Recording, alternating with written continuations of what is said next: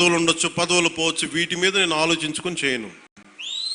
ఈ రోజున ఇన్ని వేల కోట్లు, ఇందాక మనోహర్ గారు చెప్పినట్టుగా మీకు పెన్షన్స్ ఇచ్చినా కానీ, దాదాపు 24 గంటల్లో ఒక 9,000 కోట్లు పైచిలకు డబ్బులు పంచినా కానీ, ఇదంతా కలెక్టివ్ అందరం కూర్చొని చేసింది.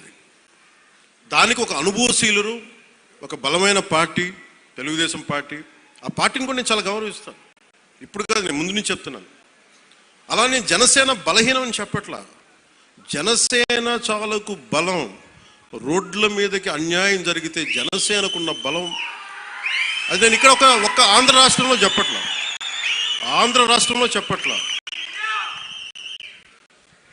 నా సిద్ధాంతాలని, జనసేన సిద్ధాంతాలు నమ్మేవాళ్ళు ఊరికి 10 మంది ఉన్నా వాళ్ళు 1000 మందితో గొడవ పెట్టుకుంటారు.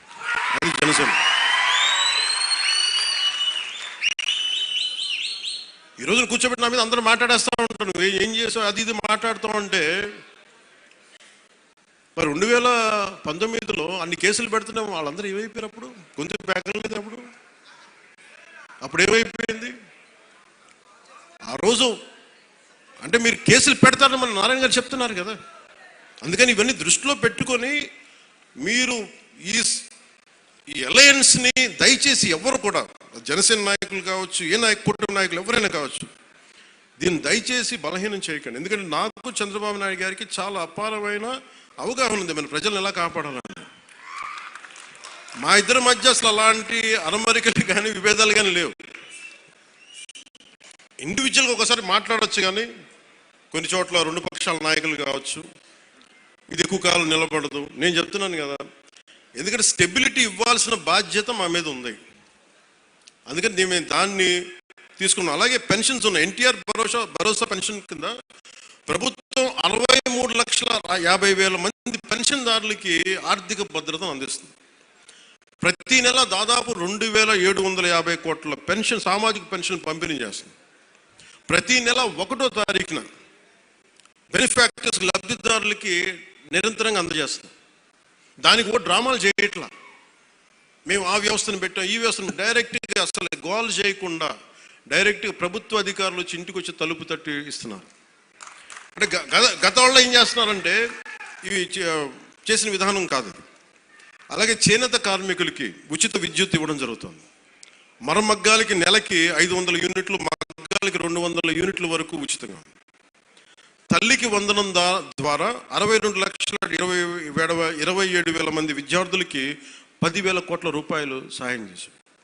వాళ్ళు కొన్ని వేల కోట్లు దోచేసుకుంటా ఉంటే 23,000 కోట్లు, 25,000 కోట్లు మద్యం, కల్తీ మద్యం అందజేసి దోచుకుంటే మనం అన్నీ ఆపి, వాళ్ళ దోపిడీని ఆపి ఇక్కడ 10,000 కోట్ల రూపాయలు తల్లికి వందనం పథకానికి ఇస్తా ఉన్నాం. అన్నా క్యాంటీన్లో కనీసం మన డొక్క సీతంలాగా అన్నం పెట్టే క్యాంటీన్లు అవి కూడా తీసేశారు.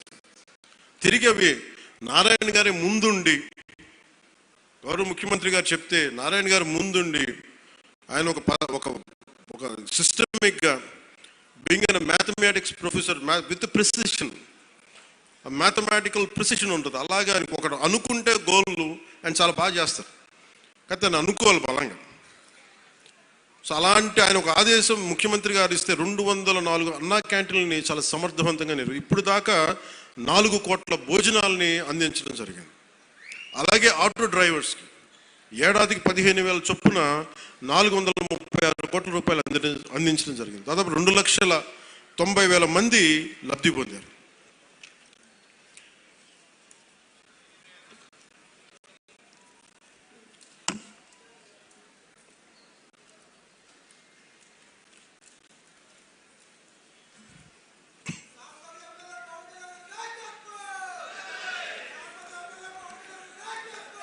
అలాగే ప్రత్యేకించి పిఠాపురానికి సంబంధించి పిఠాపురం మండలంలో 9.60 కోట్లతోటి ఫ్లాట్ అండ్ ఫ్యాక్టరీ కాంప్లెక్స్ నిర్మాణానికి శంకుస్థాపన చేశాం. దీని ద్వారా సూక్ష్మ, చిన్న, మైక్రో, స్మాల్ మన పరిశ్రమలకి ప్రోత్సాహం ఉంటుంది. ఇందులో 50% సామాజికంగా వెనుకబడ్డ ఎస్సీ, మత్స్యకార వర్గాలకి ఇది కేటాయించబడుతుంది. దీనివల్ల 650 మందికి ఉపాధి అవకాశాలు కలుగుతాయి. అలాగే ఉప్పాడ కోనపాపపేట గ్రామాన్ని వాతావరణ మార్పుల్ని తట్టుకునే సామర్థ్యం కలిగిన తీర ప్రాంత మత్స్యకారులకి గ్రామంగా అభివృద్ధి చేయడానికి 2 కోట్ల రూపాయలతోటి multipurpose fishery centre, dry fishing platforms, RO ప్లాంట్లని ఏర్పాటు చేస్తా ఉన్నాం.